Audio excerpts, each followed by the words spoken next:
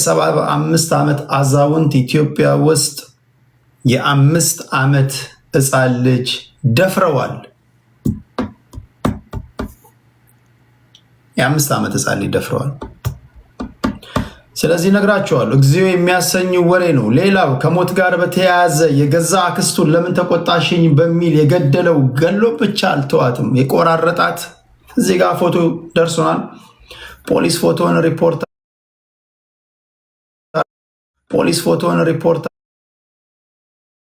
አድርጓል። እንዴት እንደቆራረጣት እንዴት በፌስታል እንደያዛት የሚያሳየው ፎቶ እዚህ ጋር አለ። እሱን አሳያችኋለሁ። የአክስትየውን ፎቶ እዚህ ጋር አለ።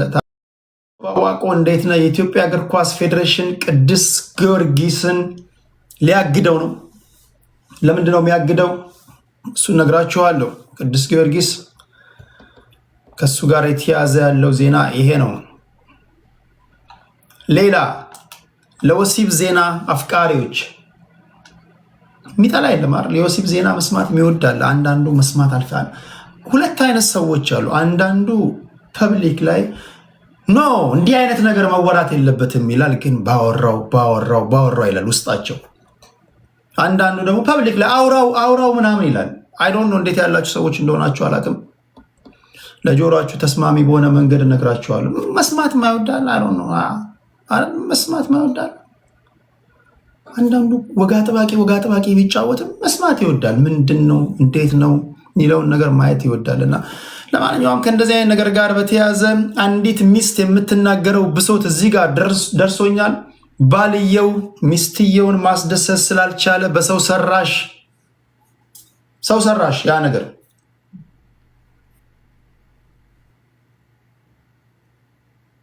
ያን ነገር ሰው ሰራሽ ሰርቶ ቆዳ ምናምን ሸፍኖ ምንድን ነው ስትለው እኔ ማስደሰት ስላልቻልኩኝ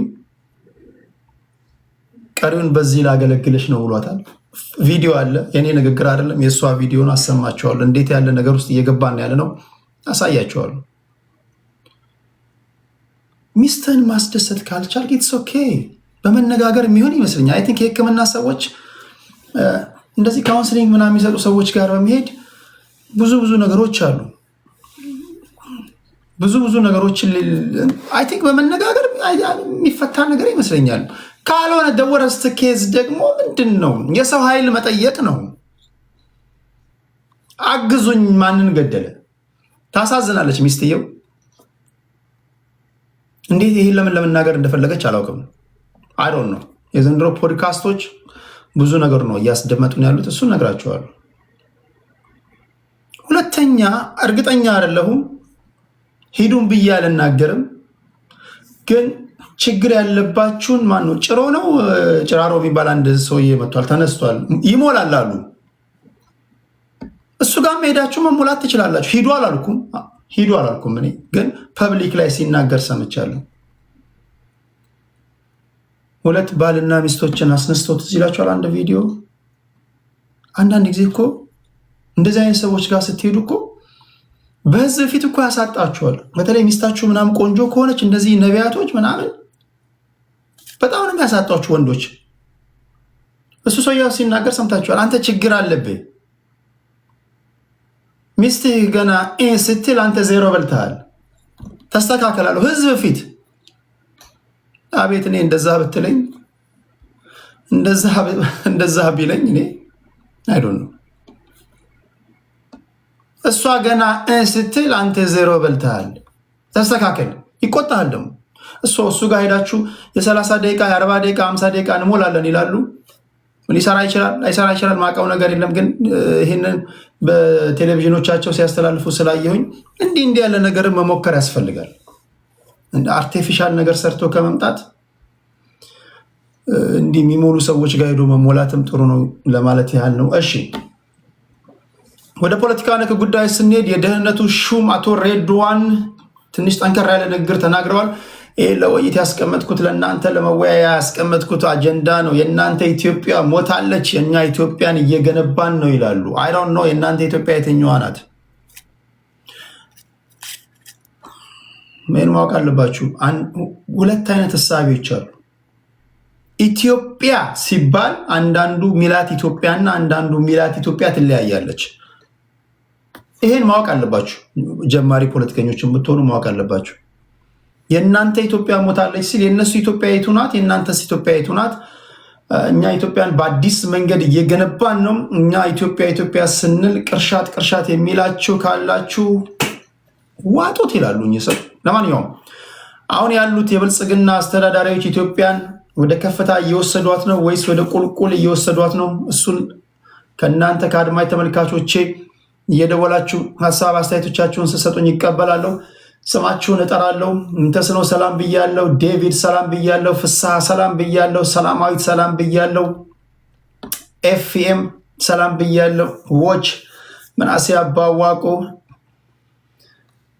እማ ሰላም ብያለሁ። ዘይነብ ሰላም ብያለሁ። ዮሐንስ ሰላም ብያለሁ። ራሄል ሰላም ብያለሁ። እዚህስ እንዴት ናችሁ? ሁሉ ሰላም ነው ወይ? እዚህ አማን ናችሁ ወይ? እንዴት ናችሁ? እሺ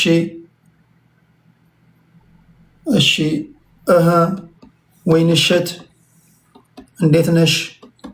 ጀሚ እሺ፣ ሁላችሁንም ሰላምታ ይድረሳችሁ። እሺ ታፕ እያደረጋችሁ ኮፒ ሊንክ ሼር እያደረጋችሁ ደረሰ ድሪሎ፣ ዳንኤል ጌታቸው፣ ሜሮን ዩቲዩብ ላይ ሜሮን ግርማ ሰላምታ ይድረሳችሁ።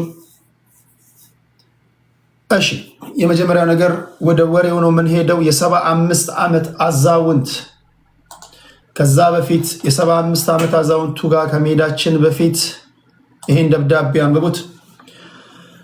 የኢትዮጵያ እግር ኳስ ፌዴሬሽን ለቅዱስ ጊዮርጊስ ስፖርት ክለብ የሽግግር ኮሚቴ የጻፈው ደብዳቤ ነው።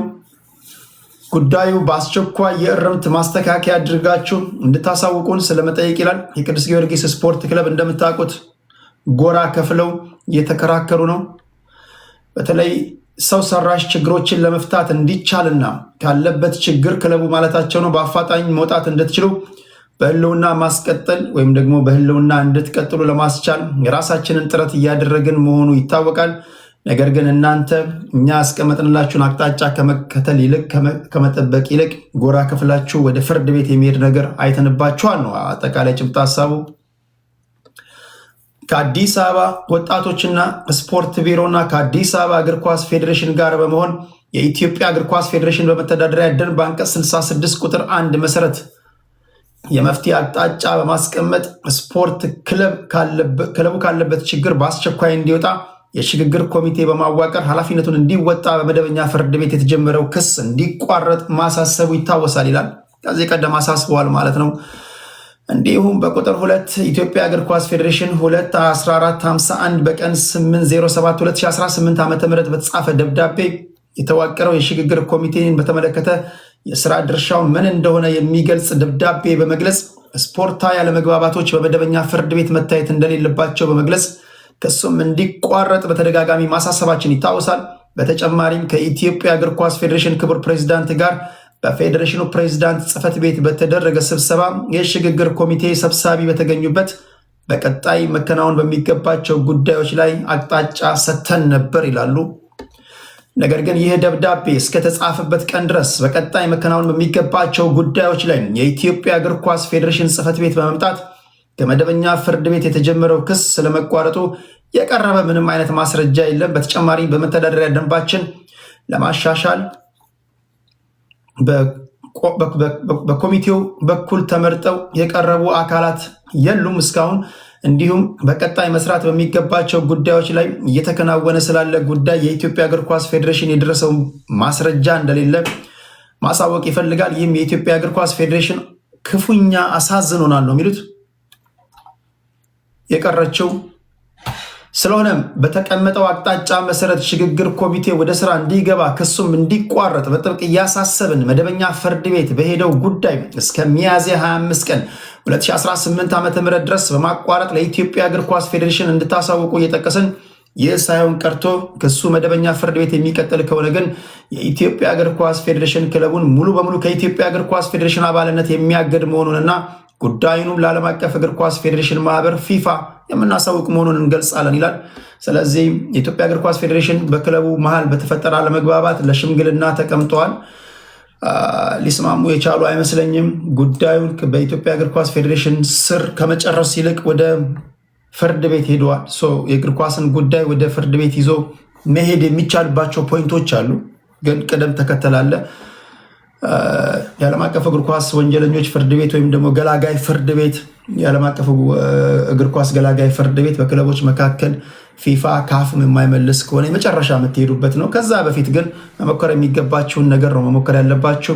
ይህን ካላደረጋችሁ ቅዱስ ጊዮርጊስ ከኢትዮጵያ እግር ኳስ ሊስት ውስጥ ይሰርዛል የሚል ደብዳቤ ነው። ክብራትና ክብራን ታፕታፕ እያደረጋችሁ ኮፒ ሊንክ ሼር እያደረጋችሁ ላይክ ሼር ሰብስክራይብ እያደረጋችሁ ዩቲዩብ ላይ ያላችሁ ሱፐር ስቲከር ሱፐር ቻት እየገዛችሁ የቴዲ ሐዋሳ ሚዲያን ሰፖርት እያደረጋችሁ ያን እያደረጋችሁ ላላችሁ ከልብ ከልብ ነው ማመሰግነው። ቲክቶክ ላይ ያላችሁ እንዴት ናችሁ? ዛሬ ቲክቶክ ላይ ውይይት ይኖራል ወይ? አይኖርም። ዛሬ ቲክቶክ ላይ ውይይት አይኖርም። እዚህ ዩቲዩብ ላይ አወራለሁ። በስልክ ከደወላችሁ እቀበላችኋለሁ። የተወሰነ ደቂቃ ከእናንተ ጋር ቆያለሁ በማነሳላችሁ ፖለቲካዊ ጉዳዮች። ከዛ የዕለቱን ፕሮግራም እናጠቃላለን ማለት ነው። ሽማግሌ I don't know why ሁልጊዜ የአርሰናል መለያ የሚለብሱ ሰዎች እንዲህ ከቆሙ የሆነ ነገር ሰርተዋል ማለት ነው። አምሶሪ የአርሰናል ደጋፊዎች ያውን የ75 ዓመት ሰውዬ የ5 ዓመት ህፃን ደፍሮ ነው። ብዙ ጊዜ እንደዚህ አይነት ወጣ ያሉ ነገሮች ለምን ነው በአርሰናል መለያ የሚሰሩት? ይሄ አሳሳቢ ነገር ነው። የአርሰናል ደጋፊዎች፣ በኢትዮጵያ የምትገኙ የአርሰናል ደጋፊዎች በጽኑ ተሰብስባችሁ ልትመክሩበት የሚገባ ጉዳይ ነው። ሁልጊዜ ተወጋ፣ ሃንግ ተሰራ፣ እንደዚህ ተባለ ምናምን ሁልጊዜ ተከሳሾች የአርሰናል መለያ ለብሰው ነው ፍርድ ቤት የሚቀርቡት። ጎበዝ፣ አሁን ይሄ ሰውዬ ካልጠፋ ልብስ ሆን ብሎ የአርሰናል መለያ ለብሰው ፍርድ ቤት የቀረቡ። ይሄው ፍርድ ቤት ሲቀርብ እንደዚህ ነው። ይሄው ፍርድ ቤት የቀረበበት ሰዓት ይሄው ሽማግሌዎች፣ ይሄው ፖሊስ ምንድን ነው ያደረገው? እጅግ ለመስማት የሚከብድ ዜና ነው። እድሜዋ 5 ዓመት በሆነች ህፃን ሴት ልጅ ላይ የግብረ ስጋ ድፍረት ወንጀል የፈጸመ ቅሌታም ሽማግሌ ነው። ሶሪ ለቃላ ምንም ሶሪ የለውም። ወራዳ ሽማግሌ ነው። አይዶን ነው። ጤና አይመስለኝም። ይሄ ጤና አይመስለኝም። የ75 ዓመት አዛውንት ይሄ ሰውዬ የ5 ዓመት ህፃን ልጅ እንዴት ሊደፍር ይችላል?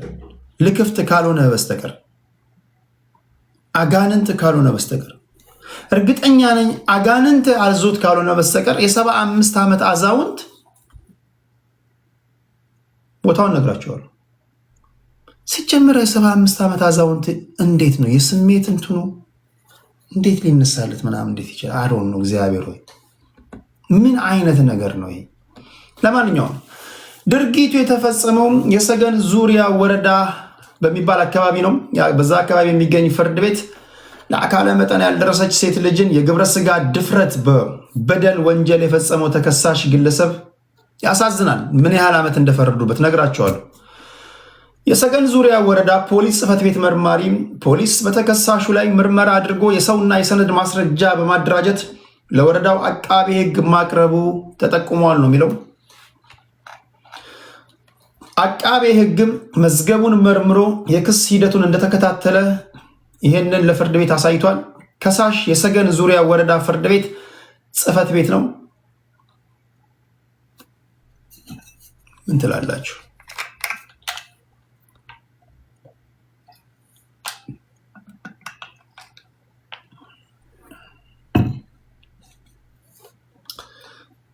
ተከሳሽ እዚህ ጋር በፎቶ የምታዩት ሰው አቶ ሲዳሞ ገልገሎ ይባላል። የ5 ዓመት ህፃን ላይ የግብረ ስጋ ድፍረት በደል በማድረሱ ወንጀል ተከሷል። ፍርድ ቤት ቀርቦ ነው የምታዩት። አቃቤ ሕግ ተከሳሹ የወንጀል ድርጊቱን ስለፈጸሙ በማስረጃ አረጋግጦ ፍርድ ቤቱ ተከሳሹን እንዲከላከል ብይን ሰጥቶ ተከሳሹ መከላከያ ማስረጃ የለኝም በማለቱ የሰገን ዙሪያ ወረዳ ፍርድ ቤት በቀን 16/08/2018 ዓ.ም በዋለው ችሎት ተከሳሹ በተከሰሰበት ወንጀል ጥፋተኛ ነው ተብሎ ተፈርዶበት ስንት ዓመት ቢፈረድበት ነው ፌር የምትሉት? 75 ዓመት የ5 ዓመት ህፃን የደፈረ ሰው ሽማግሌ ይሄ ስንት ዓመት ነው? ሞት ይላል። ሞት እድሜ ልክ ሞት እድሜ ልክ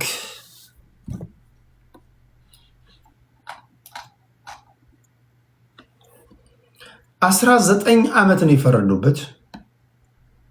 የፍርድ ቤቱ ፕሬዝዳንት አቶ ተመስገን ተስፋዬ ዴካንቶ በሴቶችና ህፃናት ላይ የሚፈጸሙ ወንጀሎች ላይ ፍርድ ቤቱ ልዩ ትኩረት ሰጥቶ እየሰራ መሆኑን ገልጸው በሰጡት አስተያየት ቅጣት አጥፊውን ለማረም የሚሰጡ አጥፊውን ለማረም ይሄውን ምን ታርሙ ምን እንዳያረግ ነው የሰውየው ቅጣት አጥፊውን ለማረም የሚሰጥ ውሳኔ በመሆኑ ጥፋተኛውን የሚያርምና ሌሎችንም የሚያስተምር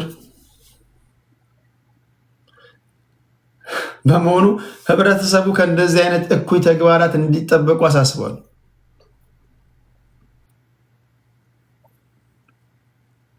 እኔ የደቦ ፍርድ ደጋፊ አይደለሁም። እንዲማር ጥፋት አጥፊው እንዲማር ምን ማለት ነው? አሁን የሰውዬ ኦኬ ተማረ ከተባለ ምንድነው? አሁን የሰውዬ 75 ዓመት ሰውዬ ከዚህ በኋላ ጥሩ ዜጋ እንዲሆን ነው? በስነ ምግባር የታነጸ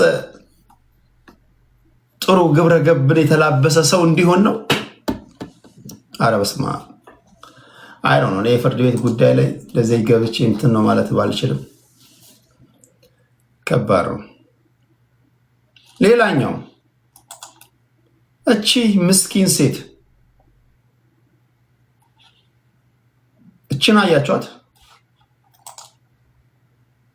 ዛሬ በሶሻል ሚዲያ በሰፊው የሚዘዋወር ፎቶአቸው ነው። እቺ ሴት የዚህ ልጅ አክስት ናት።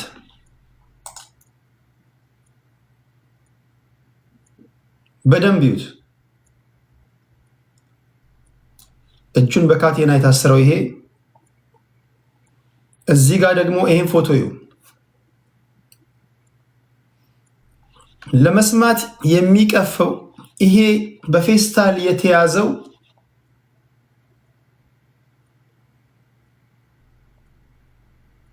አክስቱን እችን ሴት እቺ አክስቱ ናት።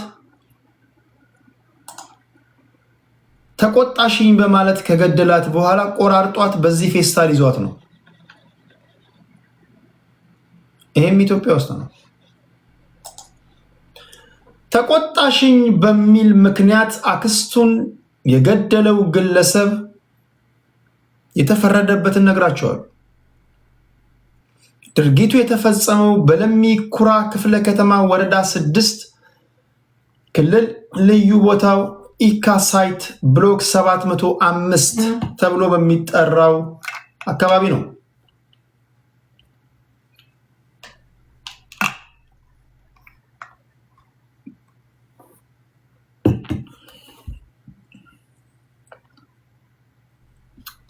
የቤት ቁጥር 59 ውስጥ መስከረም 27 ቀን 2017 ዓ.ም ከምሽቱ 4 ሰዓት ነው ቀደም ሲል የነገርኳችሁ ወንጀል የተፈጸመው።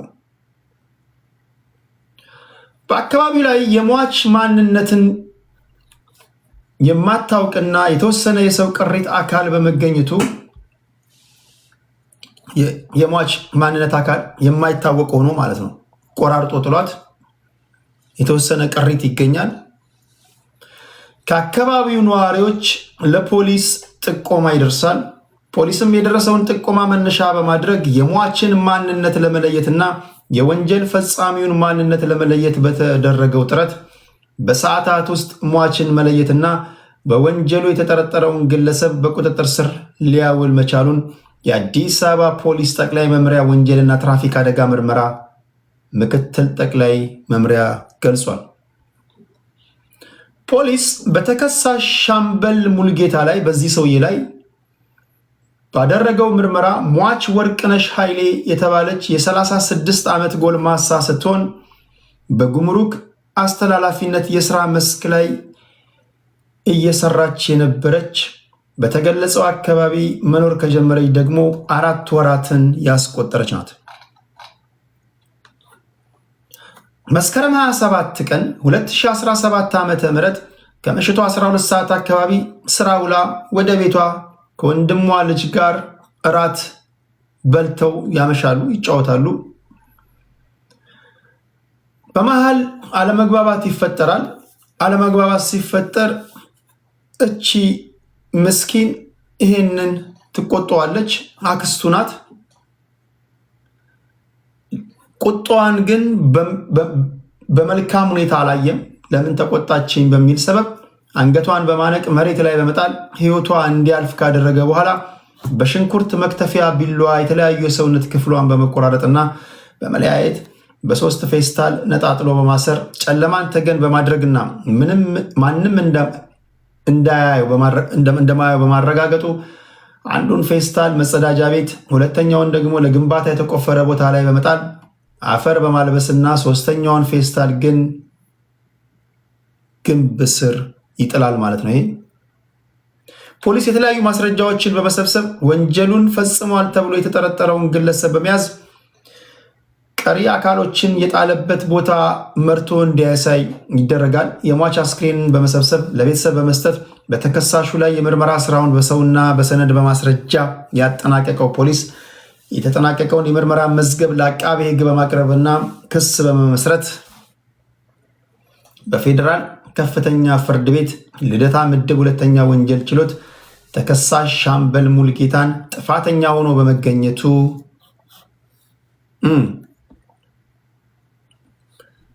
ጀግና ነው ይላል።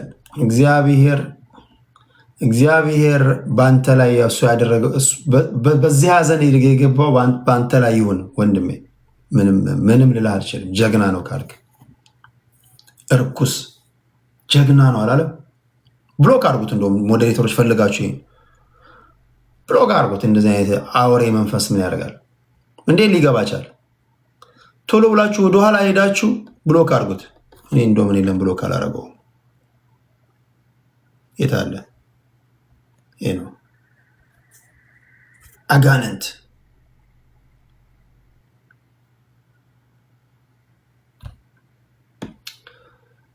ለማንኛውም ግራ ቀኙን ያየው ፍርድ ቤት እዚህ ልጅ ላይ የሞት ፍርድ ወስኖበታል። የሞት ፍርድ እንደምታውቁት የሀገሪቱ ፕሬዝዳንት ሲፈርሙ ታዬ አጽቀሥላሴ ሲፈርሙ ነው ተግባራዊ የሚሆነው የሞት ፍርድ። እሳቸው ከፈረሙ የሞቱ ፍርድ ተግባራዊ ይሆናል ማለት ነው።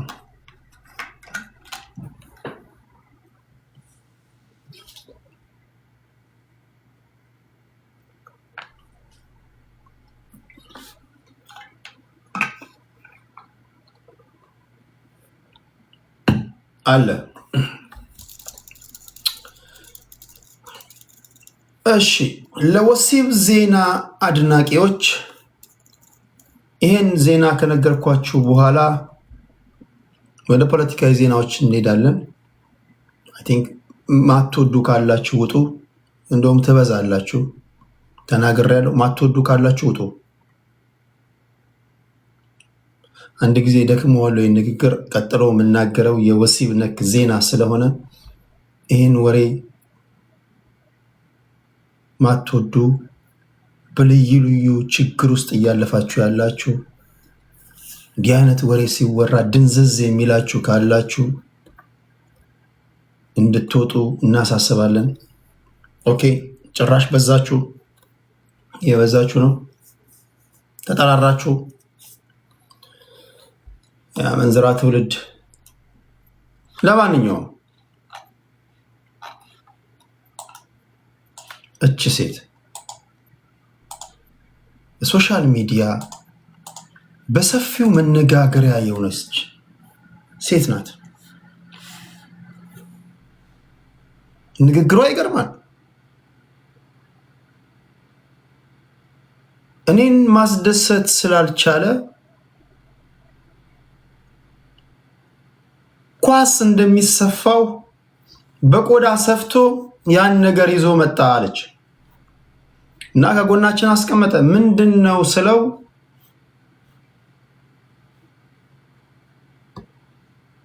አይ የኔን ፓርቲ ከጨረስኩኝ በኋላ ቀሪውን በዚህ ላገለግልሽ ነው አለኝ ነው የምትለው እሷ። እንዲህ ያለ ባህሪ ያለባችሁ ካላችሁ እግዚአብሔር ይገስጻችሁ። ኢትስ ኦኬ ኢዚ ነው እኮ። እንዴት በራስ መተማመን ያስፈልጋል። በርግጥ ሴቶቹም በራስ መተማመን አይሰጡም። አይ ቲንክ አትፍራ፣ ኢትስ ኢዚ። ምንድን ነው የመጀመሪያው በራስ መተማመን ነው።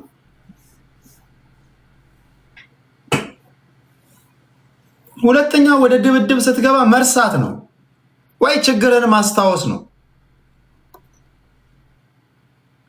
ወይ በኋላ የሆነ ቀን የሰደበን ሰውዬ እያስታወስክ ነው። መርሳት አለብህ። ስትረሳ ይላል ኢትዮፓችን የተባለ አንድ የሰፈራችን ፈላስፋ እንደዛ ነው የሚለው።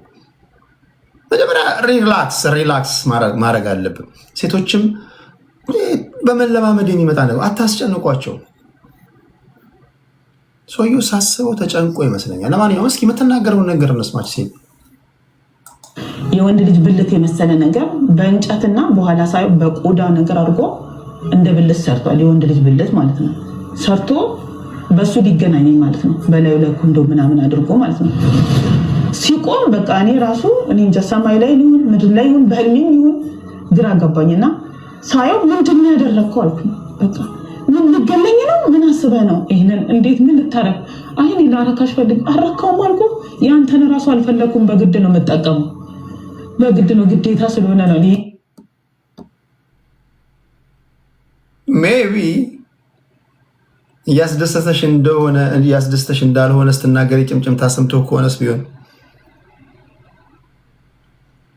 ይሄ የኛው ጉድ ነው። ኢትዮጵያ ውስጥ ያለ የኛው ጉድ ነው። እሺ ነገር ህይወታችንን እንዳለመበተን ብዬ ነው ከአንተ ጋር እሱ መተኛት እንኳን አልፈልገም። ዛሬ አንዳንድ ለጆሮ የሚከብዱ አንዳንድ ለአእምሮ የሚከብዱ አንዳንድ አሉ። ልጅቷ ጓደኛዬ ናት፣ እህቱ ማለት ነው። ጫማ እናምጣ ጫማ የሚሰራ አለ ብለን አብረን ሄድን። እነሱ ተነጋግረዋል። እኔ አላወኩም። እኔ አሁን አንድ ያልገባኝ ነገር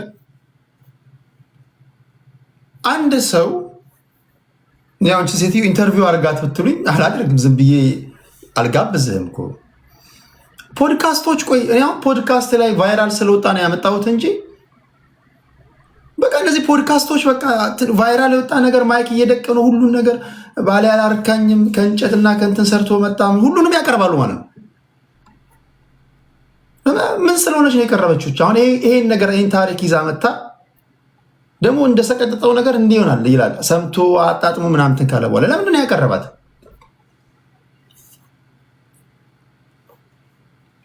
አንዳንዱ ጀስት ለወሬው ማጣፈጫ እኮ አንዳንድ ሰዎች እንዲህ በይ ተብላ ስቴጅ የሆነ ነገር ሊሆን ይችላል። ምክንያቱም እነዚህ ፖድካስት የሚያዘጋጁ ሰዎች ቫይራል እንዲወጡ እኛ እኔ ጋርም ደረሰ ይኸው እያወራው ነው። ቅመም ይጨምራሉ እንዲህ በይ ምናምን ተብለው ትሬን ተደርገው የሚመጡም አሉ። ግን የሆነ ስታንዳርድ ሊኖረው አይገባም? የሆነ ስታንዳርድ የምናቀርባቸው ሰዎች ኢንተርቪው የምናደርጋቸው ሰዎች እንዲህ ዝም ብሎ ነው የሚቀርበው። ስለዚህ ያለ ፖድካስት ያላችሁ ሰዎች ያሁን ሶሻል ሚዲያ ላይ የጦዘ ነው። በቃ በሰፊው የተንሸረሸረ ነው። አናውቃትም፣ ማን እንደሆነች አናቅም፣ ባልየው ማን እንደሆነ አናቅም። ጀስት የሴትዮዋ ነገር ስላስገረመን ቫይራል ስለወጣ መጣን እንጂ አረ ዝም ብሎ አንድም ደግሞ የሆነ የፓስተር ዳዊት ወንድም ደግሞ አለ የሚያቀርባቸው ሰዎች አሉ። ሶፎንያስ የሚባል አእምሮ ላይ ብሎን የታሰረ ሰውዬ ከእግዚአብሔር ጋር ተደባደብኩኝ እግዚአብሔር እንዲያደርገኝ ምናምን የሚል ሰውዬ ያቀርባል። በማይክ ፈንክተ የምታባረውን ሰውዬ በነገራችን ላይ ኢትዮጵያ ምድር ላይ እኔ እንጃ ለምን አይዶን ነው ምንድን ነው ይሄ? ዝም ብለው ፖድካስት ላይ አንድ እንደዚህ የተቆረጠ ልጅ አይታችሁታል? አላቀርበውም አላመጣውም ብዬ ነው እንጂ ሰሞኑን ደግሞ የሆነ ፖድካስት ላይ ያቀርበውታል። ጫት መቃም ችግር የለውም ቢራ መጠጣት ምናምን እያለ ያወራል። ይሄ እብድ ነው። እግዚአብሔር እንደበደብኩት ምናምን ለመናገር እንኳን የሚከብድ እንዴት ነው እንደዚህ አይነት ሰው የሚቀርበው? ኧረ በስመ አብ። ለማንኛውም ቫይራል ስለወጣ ስታንሸራሽሩት የነበረ ነገር ስለሆነ ክብራትና ክብራን። እሺ ወደ ፖለቲካዊ ነክ ጉዳዮች እንሄዳለን። ክብራትና ክብራን እስካሁን ታፕታፕ ላደረጋችሁ ልባዊ ምስጋና ይድረሳችሁ። መደወል ለምትፈልጉ ሰዎች ይሄ ነው ስልክ ቁጥሩ።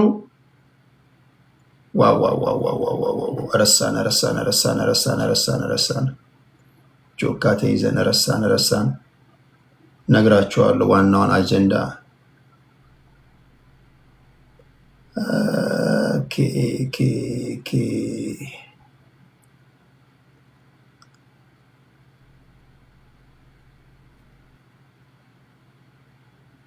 እሺ በኢትዮጵያ ፖለቲካ ሁለት አይነት ተሳቢዎች አሉ። አንዳንዱ ኢትዮጵያ ሚላትና አንዳንዱ ኢትዮጵያ ሚላት በዴፊኒሽን ጉዳይ አልተስማማንም።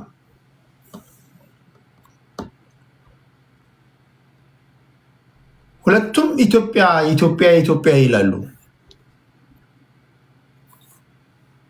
እናንተ እንድትገነባላችሁ የምትፈልጉት ኢትዮጵያ እንዴት ያለች ናት? አንዳንዱ አንድ ቋንቋ፣ አንድ ሃይማኖት፣ አንድ እንትን፣ አንድ እሳቤ፣ አንድ ወጥ ባንዲራ፣ እንደዚህ አማርኛ ብቻ ምናምን እያለ ኢትዮጵያ ለሱ ያቺ ናት እያለ ይከሳል። አንዳንዱ ደግሞ የለም ኢትዮጵያ የብሔር ብሔረሰቦች ሀገር ናት፣ ሁሉም ብሔር ብሔረሰብ በኩል መታየት አለበት፣ ቋንቋን መጠቀም አለበት፣ ሃይማኖት እኩልነት መኖር አለበት፣ የቋንቋ እኩልነት መኖር አለበት፣ በመከባበር ላይ የተመሰረተ አንደኛው ተበድያለሁ ሲል በደሉ የሚሰማበት፣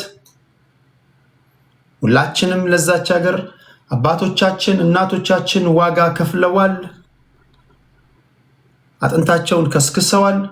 ማንም እናት ማንም እንጀራ እናት የለም። ሁላችንም ለዛች ሀገር ላይ ዋጋ ከፍለናል።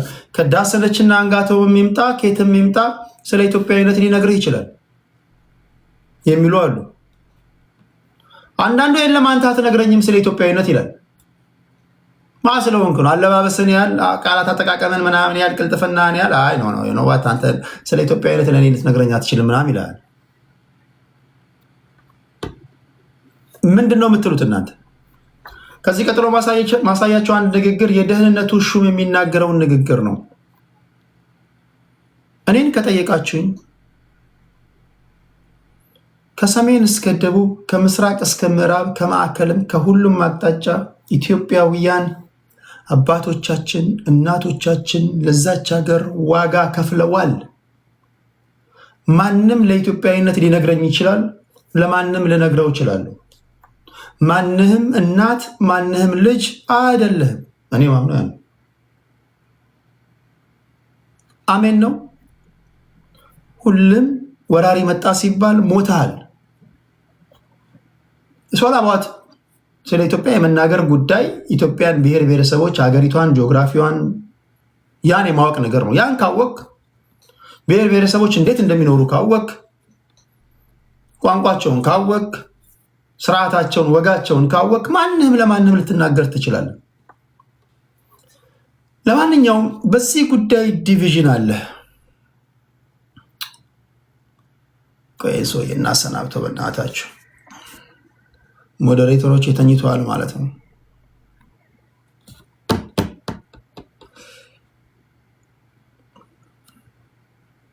ኦኬ። በነገር ላይ ከቴዲ ሐዋሳ ቤት ከተቦለክ የመጨረሻ በቃ ተረግመሃል ማለት ነው። አይ ዶንት ኖ ቲክቶክ ላይ መኖርህ ራሱ ኩዌሽን ማርክ ነው ሊሆን የሚገባው። ምንድን ነው ከቴዲ ሐዋሳ ቤት ከተቦለክ አእምሮህን መጠየቅ አለብህ።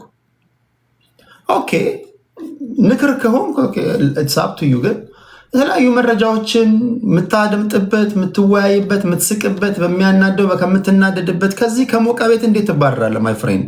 አመል ካልሆነብህ በስተቀር። ለማንኛውም ለምትደውሉ ሰዎች እየደወላችሁ ሐሳብ አስተያየቶቻችሁን ትሰጣላችሁ። የደህንነቱን ሹም ንግግር አስደምጣችኋለሁ። ኢትዮጵያን እየገነባን ነው ይላሉ ደህንነቱ። የአንዳንዶቻችሁ ኢትዮጵያ ሞታለች፣ እኛ ምንጠራትን ኢትዮጵያ ስንጠራ ቅርሻት ይላችኋል ይላሉ ደህንነቱ። አሁን ባለው ስርዓት ኢትዮጵያዊነት ተገንብቷል ብላችሁ ነው የምታስቡት ወይስ እየሞተ ነው?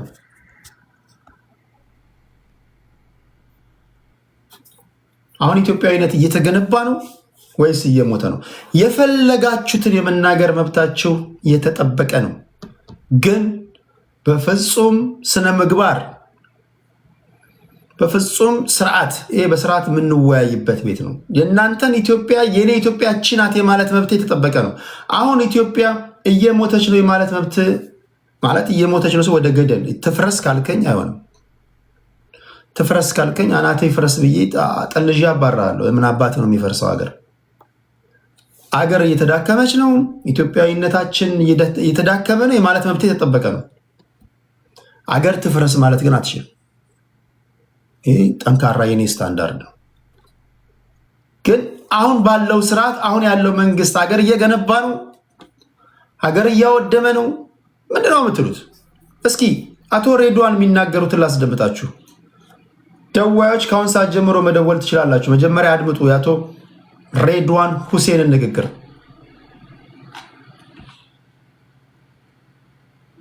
ይሄ ነው ኢትዮጵያ ከፍ ማለት የሚያቅለሸልሽ የኢትዮጵያ ከፍ ማለት የሚያቅለሸልሸው የሚያስመልሰው ሰውም ይኖራል። የኢትዮጵያ ከፍታ የሚያቅለሸልሸውም የሚያቀረውም ሰው ሊኖር ይችላል ማለት ነው። ሁላችንም የአንድ ሀገር ዜጋ ነን። በዚህ አባባል አቶ ሬድዋን ሁሴን የሚናገሩት እየገነባን ያለችው ኢትዮጵያ ያለች ማለታቸው ነው። በዚህ ሀሳብ ተስማማላችሁ? እስኪ ስሙት በደንብ። ኢትዮጵያ ከፍ ማለት የሚያቅለሸልሸው የሚያስመልሰው ሰውም ይኖራል እና ቅርሻቱን ባየን ቁጥር ኢትዮጵያ የግድ ተጎዳች አይደለም የሆነው። ከፍታው ካልቻለ መነሳቱ ካልቻለ ስፋቱን መዋጥ ካቃተው የተለጠጠ የተወጠረ የሚበጠስ የሚመስለው ይኖራል። በዚህ ልክ በገለጸው መንገድ ባሰበው መንገድ በተመኘው መንገድ በተመቸው መንገድ አለመሄዱን የሁሉም አለመመቸት አድርገው ሚያ ይኖራል። አንዳንዴም ሰው ኢትዮጵያን በራሱ ወገብ አስሯት እንደሚዞር አድርጎ የሚያስብ ሰውም ይኖራል። ስለዚህ ሲተኛ ምተኛ ሲያለቅስ ምታለቅስ አድርጎም ይወስዳል። የኢትዮጵያ ከፍ ማለት የኢትዮጵያ ምን ማለት ነው? ይህ ንግግር አንዳንድ ሰው አስገባለሁ። አንዳንድ ሰው ብቻ ኖ 7-8 ምናምን ሰው የምናወራው ጉዳይ ኢትዮጵያ እንዴት ናት? ኖ ውይይት። አንዳንድ ሰው ከዛ የተወሰነ ደቂቃ ሰጣችኋለሁ፣ ታወራላችሁ፣ ከዛ እንለያያለን። እንደዛ ነው የምናደርገው። እሺ እዚህ ጋር ለላኩ ሰዎች ለማከብራቸው ሰዎች እድል ልስጥ። በጨዋነት ብያለው፣ በጨዋነት ፕሊስ፣ በጨዋነት ብያለው፣ በጨዋነት እኔ መፈራ ልጅ አይደለሁ።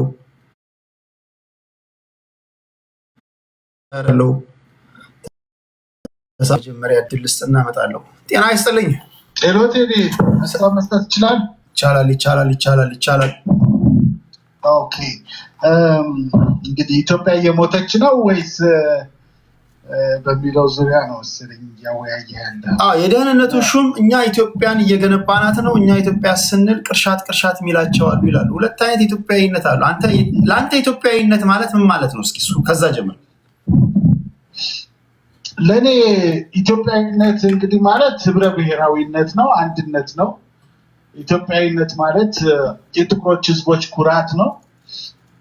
በአፍሪካ ውስጥ የተፈጠርን ህዝቦች ነን እና እዛ በአፍሪካ ውስጥ ከተፈጠሩ ህዝቦች ደግሞ ነፃነትን ያየን እና ለነፃነት ደግሞ የታከልን አባቶቻችን አርበኞች የነበሩ እና በማንም ያልተገዛን መገዛትም የማንፈልግ እኛ በመረጥነው ብቻ መስተዳደር የምንፈልግ ህዝቦች።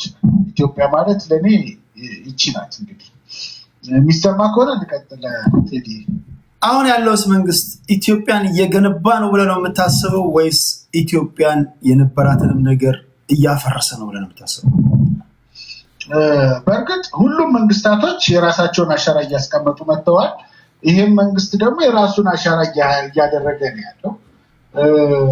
ጥሩ ነገሮችን እየሰራ ነው። እንደውም 30 ዓመት ሙሉ ወያኔ ምን ያህል እንደጎዳንና ምን ያህል አገሪቷን እንደበዘበዛት ያሳየን ይመስለኛል። ይሄ መንግስት ምን ያህል መንግስት ለሀገሩ ፍቅርና ፍላጎት ሲኖረው ምን ያህል መስራት እንደሚችል በጠበበ ሁኔታ ላይ በጦርነቱ ወቅቱም እያለ የተሰሩት ነገሮች በኮቪድም ጊዜ እያለ የተሰሩት ነገሮች ለሀገር ፍቅር ያለው መንግስትና በጣም ታታሪ የሆነ መንግስት እኔ እንጃ ድጋሚ እንደዚህ አይነት መንግስት ካሁን በኋላ ሜቢ ዘ ኔክስት ጄኔሬሽን ሁለተኛ ጄኔሬሽን ሶስተኛ ጄኔሬሽን ሊያጋጥማቸው ከቻለ እንጂ ድጋሚ የሚፈጠር አይነት በግል ነው የምልህ ሰው ነው ብዬ አላምንም። ቆይ ባለፉት 7 ዓመታት ኢህአዴግ የሚባል ፓርቲ አለ።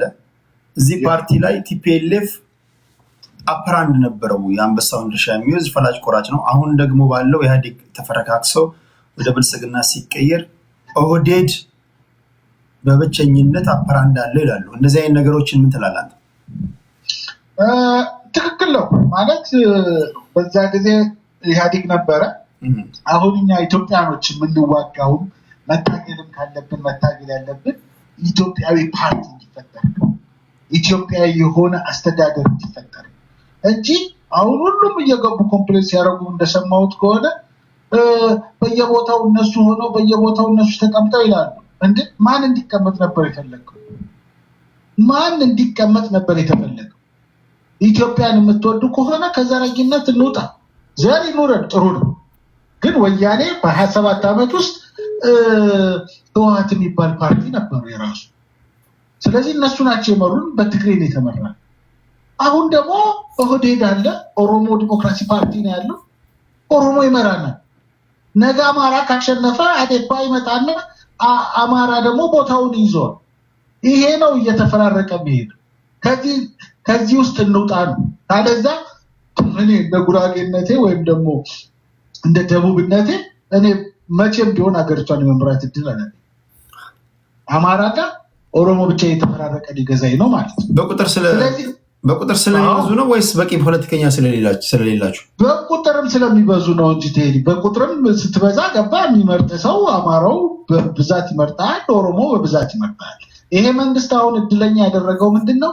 ኢትዮጵያ የሚለውንም ነገር ይዞ ስለመጣ በሃይማኖትም ደግሞ ከዚህም ከዛም የሆኑትን ሃይማኖቶች ስላቀፈ ብዙ ተቀባይነት አግኝቷል።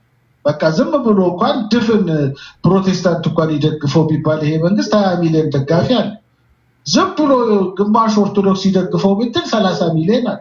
ግማሹ ሙስሊም ብትለው 30 ሚሊዮን አሉ። ስለዚህ አፕራንዱን ይዟል ይሄ መንግስት።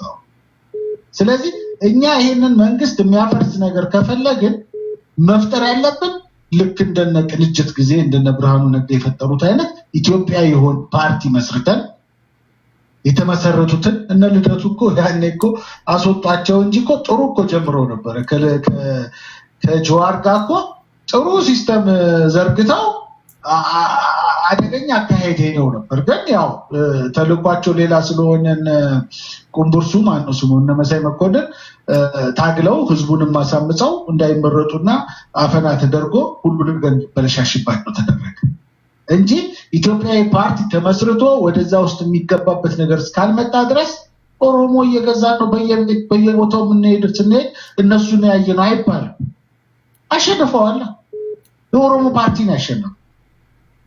ስለዚህ የአማራ ፓርቲ እስኪያሸንፍ አማራ ፓርቲ እንዳያሸንፍ ደግሞ ይኸው ጠላት ሆነው እዛ ጭራሽ እንዳትመርጡ እያሉ ህዝቡ መርጦ እንኳን ፓርላማ ውስጥ ብዙ ቦታና ተቀባይነት አግኝቶ አፈራንዱን እንዳይዝ እንኳን ኦሮማራ ተብሎ ነው አይደል አላያንስ ፈጥረው ወደ ስልጣን የወጡት። yes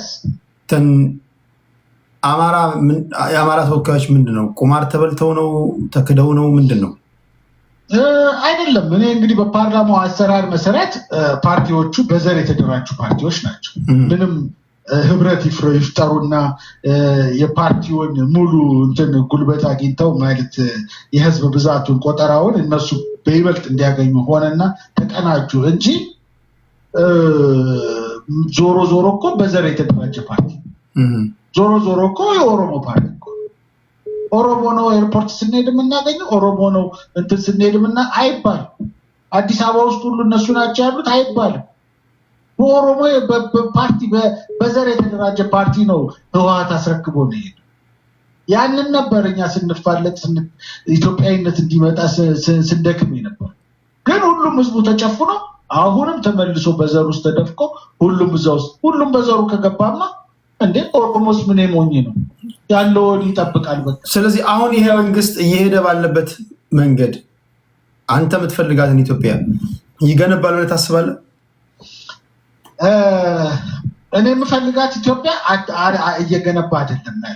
አገሪቷ ጥሩ ማለት በመንገድ በኮንስትራክሽን በምናምን ሳይሆን የማወራው እኔ የምፈልጋት ኢትዮጵያ ይሄ ህብረባዊነት ያለው ላይክ ከአማራም ከጉራጌ ከሁሉም የተወጣጣ ፓርቲ አይደለም እየተሰራ ያለው። ስለዚህ ይሄ ፓርቲ እንዲመጣ ነው ፍላጎት። ያ ሲመጣ ነው ኢትዮጵያዊነት ይሰራል ብዬ የማስበው። ሁሉም ፓርቲዎች የተቀናጁ ፓርቲዎች ተዳብረው ይሄ በዘር የተከፋፈለው ፓርቲ ፈርሶ ሌላ ፓርቲ ሌላ ኢትዮጵያዊነት ፓርቲ ሲመጣ ብቻ ነው እምነት የሚኖረኝና ኢትዮጵያን የሚመስል ነገር አለ ብዬ የምለው። አሁን ግን ያለው በዘር የተደራጀ ፓርቲ ነው። ለኢትዮጵያዊነት እየሰሩ ነው። አዎ እየሰሩ ነው። ግን የዘር የበላይነት አለ። ያ የዘር የበላይነት ደግሞ ለኔ ለኢትዮጵያው ለኔ ለትንሹ ብሔረሰቦች ጥሩ አይሆንም። ስለዚህ ይሄንን ነገር ነው የምቃወመውና የምታገለው እንጂ አሁን እየሰራ ያለው ሰውየው ጥሩ ነው። ግን ደግሞ እኛ መስራት ያለብን ኢትዮጵያዊ ፓርቲ ላይ ነው ብዬ ነው የማስበው። እነ ብርሃኑ ነጋ ኢዜማን ብንደግፋቸው ጥሩ ነው እላለሁ። ይደዚህ ከልብ እናመሰግናለን አድማጫችን፣ እግዚአብሔር አክብርልን። ቴንክ ዩ ቴዲ ቴንክ ዩ።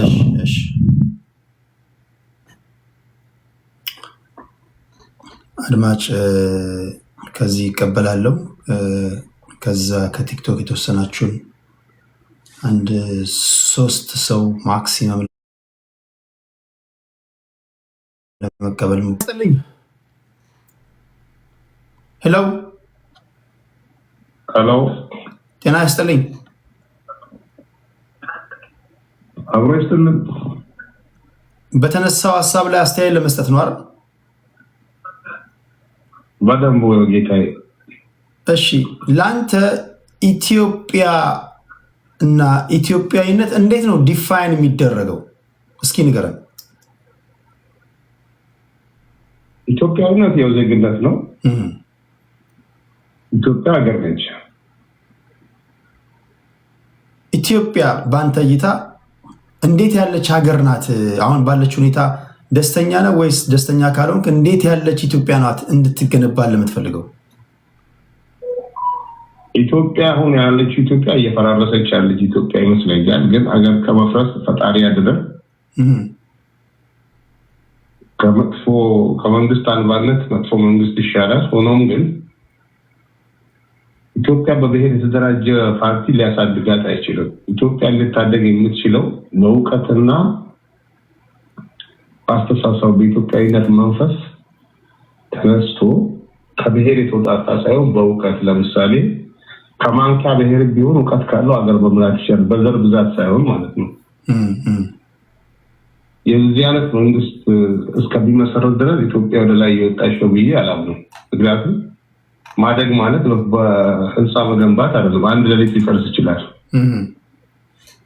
ህዝቡ ላይ መስራት ነው ያለበት። ህዝቡ ማንኛውም ብሔር ላይ አገር መምራት የሚችል ጥሩ አእምሮ ያለው በዘሩ ትንሽ ቁጥር ኖረው ብዙ ቁጥር ኖረው አገር መምራት በሚችልበት ደረጃ ስንደርስ ነው አገር የምታድገው። አሁን ኢትዮጵያ የተዳከመች ነው ስትል ምንድነው ማስረጃ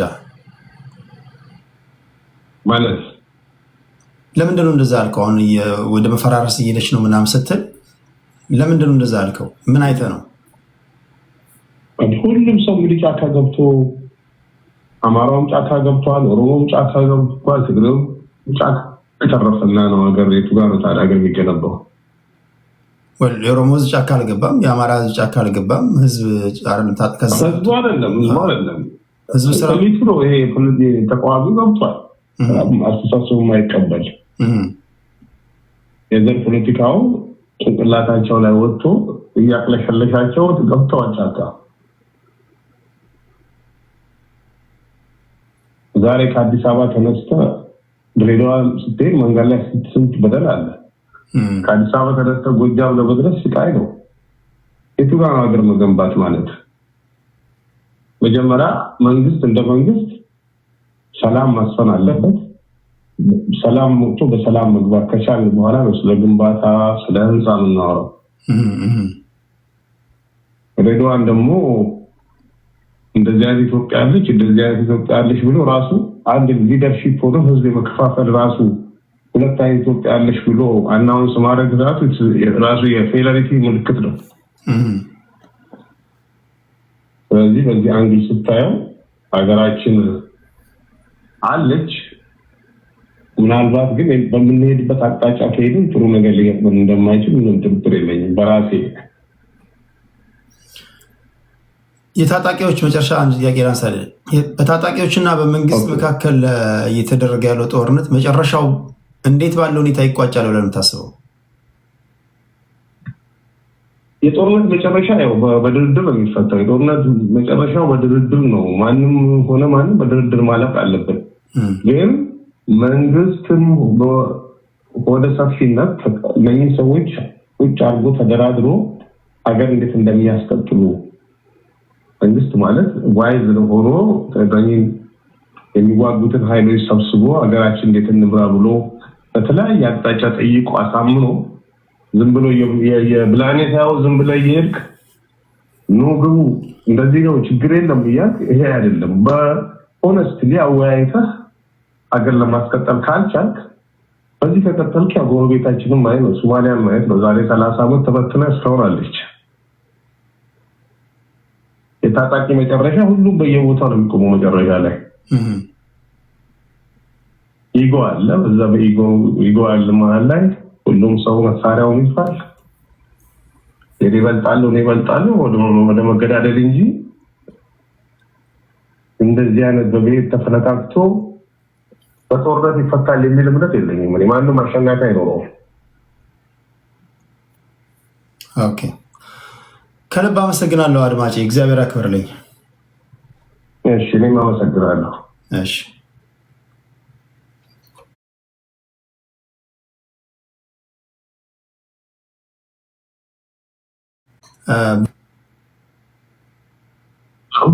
ሄሎ፣ አቤት። ይሰማል? ይሰማኛል። አሁን ባለው መንግስት ኢትዮጵያዊነት እንዲሁም ኢትዮጵያ እየተገነባች ነው ብለህ ታስባለህ ወይስ እየተገነባች ነው ብለህ የምታስበው? አዎ እየተገነባች ነው ብዬ የማስበው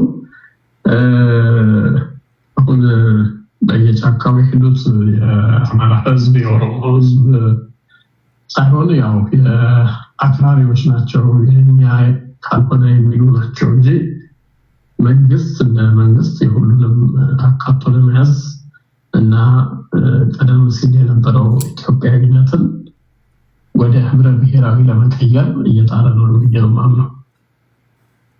ባለፉት 7 ዓመታት የአንድ ፓርቲ ብሔርን መሰረት ያደረገ አንድ ፓርቲ የበላይነት ነበር። አሁን ደግሞ የተቀየረ ነገር የለም።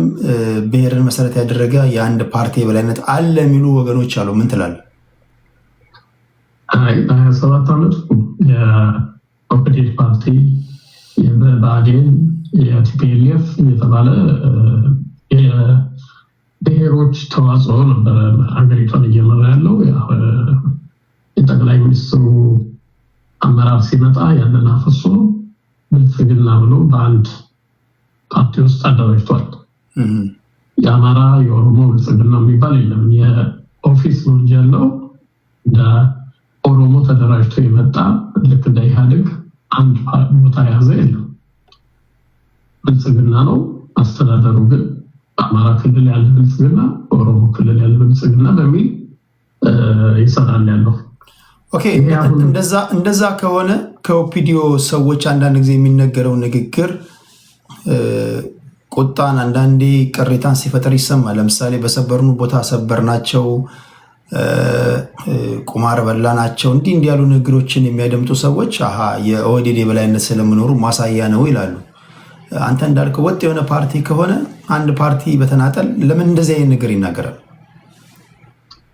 የክልሉ አመራሮች ናቸው እንግዲህ ይህንን የሚሉትና የክልሉ አመራሮች የክልላቸውን ስራ ስለሚሰሩ ነው። እና ያ ማለት ደግሞ የሰበርናቸው ቦታ ሰበሩ ምናምን የሚለው ህዝቡን አሁን ያለውን ህዝብ አይደለም የነበሩት የገዢዎች መደቦችን ይመስለኝ እነሱ ናቸው ለዚህ ያበቁን ለዚህ ያህል ዓመት ጭቆና ያበቁንን ለማለት ይመስለኛል እንጂ ህዝቡን እንዳለ አይደለም። ይሄ ነው ማምነው። ሰው አይሳሳትም አይባልም፣ ይሳሳቱም ይችላሉ። ግን በተግባር ላይ የሚሰራው ስራ ግን አይደለም። ይህን እስከማየው ድረስ ኢትዮጵያ ብለን ስንናገር አንድ ክፍል አይደለም። ኢትዮጵያ ሁላችንም ነን። አንዳችን ለአንዳችን ጭቆና ማዘንና ያንን ለማስተካከል መጣር አለብን ብዬ ነው የማስበው። የግድ የኔ ካልሆነ ብለን ካልን ዞሮ ዞሮ ከዘረኛ ነን ብዬ ነው የማስበው። እና ኢትዮጵያ ውስጥ ጭቆናዎች ነበሩ። ጭቆና ማለት ሰው ለሰው የማይሆን የባህል ጭቆና የነበረው። አንዳንድ ባህሎች እና ቋንቋዎች ከፍ ተደርገዋል። አንዳንዶቹ ደግሞ ተቀብረው ነበረ፣ የጠፉም አሉ። ይሄ ደግሞ የኢትዮጵያውያኖች ሀብት ነው። ማንኛውም ቋንቋ፣ ማንኛውም ባህል የኢትዮጵያውያን ሁሉ ሀብት ነው። የአማራው ለኦሮሞው፣ የኦሮሞው ለአማራው፣ የትግሬው ሁሉ የሁላችንም የኔ ነው ብለን ነው ማስተው ያለብን። እና ኢትዮጵያ ውስጥ ሁሉም በአማርኛ ትምህርቱን በአማርኛ ስራው በአማርኛ ተደርጎ የሌሎቹ እንዳይስፋፋ ተደርጎ ነበረ። ያው ብዙሃኑ ኢትዮጵያ ውስጥ በትምህርት ቤትም ኮምፐልሰሪ ተብሎ ነበር አማርኛ የሚሰጠው። አማርኛ ካልቻለ ትምህርት ማለትም አይችልም ነበር። ያ እንደ አፍ መፍቻ ቋንቋ ሰው መማር ያለበት ዛሬ ላይ በዚህ ዘመን አፍ መፍቻ ቋንቋ ነውና ካልተስፋፋ ካልተማሩ እንዴት አድርጎ ነው የሚቀጥለው? ያ የነሱ ቋንቋ የተለያዩት አማርኛ ማለት ኦሮምኛ፣ ትግርኛ በትምህርት ቤት ካልተሰጠ እንዴት አድርጎ ነው እየተስፋፋ የሚመጣው? ልክ አማርኛው እንደተስፋፋው የዛ አይነት ጭቆና ነው ያለ የሚመስለኝ። ያው የመደብ ጭቆናው በደንብ መምጣት ተወግዷል። መሬቱ ስርዓቱ ምናምን ሊስተካከል ሊኖር ይችላል። የቀረ ግን ኢትዮጵያ የሚለውን ነገር አንዳንድ ጊዜ ከራሳቸው ጋር አስተያይተው ያ ነገር ይስተካከል ሲባል ኢትዮጵያዊነት ጠፋ ብለው ያስባሉ። ኢትዮጵያዊነት ግን የሁሉም ባላንስ ሲሆን ሁሉም ኢትዮጵያዊ ሆኖ የማስበው። ከልብ አመሰግናለሁ አድማጭ፣ እግዚአብሔር ያክብርልኝ። በደቡብ አፍሪካ ለሚገኙ ኢትዮጵያውያን ወገኖቻችን ሁላችሁም በቻላችሁት አጋጣሚ ድምፅ መሆን አለባችሁ። መንግስት በአዲስ አበባ የሚገኘውን የሳውዝ አፍሪካ ኤምባሲ አምባሳደር ጠርተው ማናገር አለበት። ወገኖቻችን እየተገደሉ ነው፣ ንብረቶቻቸው እየወደመ ነው። ዛሬም ሞቶች እንዳሉ ሰምቻለሁ። በተደጋጋሚ ጊዜ እዛ አካባቢ ወገኖቻችን የሚሰሩት የላባቸው የድካማቸው መብታቸው ሊከበርላቸው አልቻለም። የሚመለከታቸው አካላት እነዚህ በሳውዝ አፍሪካ የሚገኙ ኢትዮጵያውያን ሰርተው ደክሞ ገንዘባቸውን በሬሚታንስ መልኩ ወደ ሀገር ቤት ይልካሉ። ያን ለመጠቀም ብቻ ሳይሆን እነሱንም መብታቸውን በማስከበር ረገድ መብታቸው በሚጠበቅበት መንገድ ላይ ቢያንስ አለን ለማለት ያህል ድምፃቸውን ማሰማት አለባቸው። እየተገደሉ ነው። እዛ የሳውዝ አፍሪካም ያላችሁ ኢትዮጵያውያን ህብረት መፍጠር አለባችሁ። ይሄ በየአመቱ ዜኖፎቢያ በየአመቱ እዛ አካባቢ ይነሳል። ካለፈው አመት መማር አልቻልንም። በተለይ ኢትዮጵያውያን በዚህ በህብረት በኩል ደካማ ነገሮች ይታዩብናል። ህብረት ፍጠሩ። እሺ፣ ስለ ኢትዮጵያና ስለ ኢትዮጵያዊነት ነው እያወራን ያለ ነው። የደህንነት ሹሙ አቶ ሬድዋን ሁሴን እኛ ምንላት ኢትዮጵያ እናንተ የምትሏት ኢትዮጵያ ይላል። አቶ ሬድዋን እኛ ምን ጠራትን ኢትዮጵያ ስንል የሚያቀረሻችሁ ሰዎች አላችሁ ይላል። ምን ማለት ነው? የእናንተ ኢትዮጵያ የትኛዋ ናት? እናንተ ኢትዮጵያን የምትገልጿት እንዴት ነው? በኢትዮጵያ አገላለጽ ላይ ራሱ እኮ አልተስማማንም። ክብራትና ክብራን አንዳንዱ ከተወለደበት ቀበሌ ውጭ ወጥቶ አያውቅም። ከሰፈሩ ከመንደሩ ወጥቶ አያውቅም። ስለመላ ኢትዮጵያ ግን ሊነግርህ ይፈልጋል። አንዳንዱም በመላ ኢትዮጵያ ተዘዋዝሯል። ሁሉንም ኢትዮጵያውያን አኗኗራቸውን አይቷል። ቶፖግራፊውን አይቷል። ጂኦግራፊካል አቀማመጡን አይቷል። አስተራረስ አይቷል። ቋንቋ አይቷል። ተጋብቷል። ተዋልዷል። ብዙ ልምዶች ቀስሟል። የትኛው ነው ትክክል? ኢትዮጵያውያኖችን ታውቃላችሁ? አኗኗራችንን ታውቃላችሁ? መልክዓ ምድራዊ አቀማመጦቻችንን ታውቃላችሁ? ተዘዋዝሯችሁ አይታችኋል? ብዙዎቻችሁ እውነቴን እኮ ሲሪየስ ካያችሁ እንዴት ነው? ምንድን ነው የታዘባችሁት? ኢትዮጵያዊነትን እንዴት ነው የምትገልጹት? ከስልክ እስኪመጣ ድረስ ከቲክቶክ አንዳንድ ሰው 2 ሰው አስገባለሁ ማክሲመም 2 የተለያዩ ሀሳቦች ስል አንድ ከገዢው ፓርቲ ሊሆን ይችላል፣ አንድ ከተቃዋሚ፣ አንድ ከገዢው ፓርቲ፣ አንድ ከተቃዋሚ። ከ2 በላይ እነሱ ሲወርዱ ነው መጫን የምፈልገው፣ መጨመር አልፈልግም። ዛሬ 6-7 ሰው ለማስገባት ሬዲ አይደለሁም። 2 አደርጋለሁ። 2 የተለያዩ ሀሳቦች መንሸራሸር አለባቸው ለተወሰኑ ደቂቃዎች፣ ለእናንተም ለጆሮአችሁ ምቹ እንዲሆን የተለያዩ ጥያቄዎችን ጠይቃችኋለሁ። ትጠየቃለህ፣ እንደ ጉድ ትጠየቃለህ። አንዳንዱ አትጠይቀን ይላል። አንዳንዱ ብሔርተኛ ጥያቄ ስጠይቃቸው ለእኛ ጥላቻ ስላለው ነው እኛን ከባድ ጥያቄ ጠይቃል ይላል። አያችሁ፣ ለእኛ ሲሆን ከባድ ጥያቄ ይጠይቃል። ምን ማለት ነው? ፖለቲከኛ ነኝ ብለህ ከባድ ጥያቄ ተጠየቅኩኝ ብሎ ያዙኝ ልቀቁኝ ማለት የሚል ብቸኛው ፖለቲከኛ ኢትዮጵያዊ ነው። በነገራችን ላይ ጥያቄ የሚፈራ ፖለቲከኛ ያላት ሀገር ኢትዮጵያ ናት። ጎበዝ። ሁለተኛ መፍትሄ ሲያመጡ ሰምታቸው ማታቋቸው ፖለቲከኞች ያሉን እኛ አይን ልብ አላላችሁ? እኔ ባዋዩበት እድሜ የታዘብኳቸው ድሮም ኢንፋክት ከብሔር ፖለቲከኞች አንድ ማቀው ሰማይና ምድር ያልፋሉ እንጂ የብሔር ፖለቲከኛ ከስንት አንድ ካልሆነ በስተቀር የመፍትሄ ሀሳብ አይነግሯችሁም። ለምን መሰላችሁም አይነግሯችሁ? መፍትሄ ማቅረብ ከመንጋ ያስባራል። ለምሳሌ እኔ የማንኪያ ብሔር ተወላጅ ነኝ። የማንኪያ ብሔርተኛ ሆኜ የኔ ብሔር ተወላጆች እዚህ ጋር የምታያቸው እዚህ ጋር ከስማቸው ክብር የሚል የኔ ብሔር ተወላጆች ናቸው። በነገራችን ላይ ቲክቶክ ላይ ከፊታቸው ላይ ክብር የሚል ካያችሁ እነሱ የማንኪያ ብሔር ተወላጆች ናቸው። ችግር ብቻ እንድንናገር ነው የሚፈቀድልን።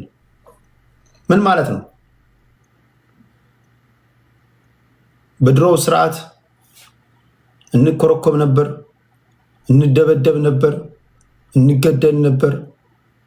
ብዙ ብሶት አለ በሆዳችን።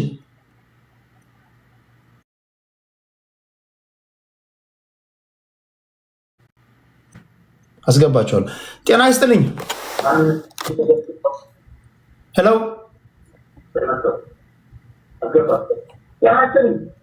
ገብተሃል ወንድሜ? ሄሎ አለቃ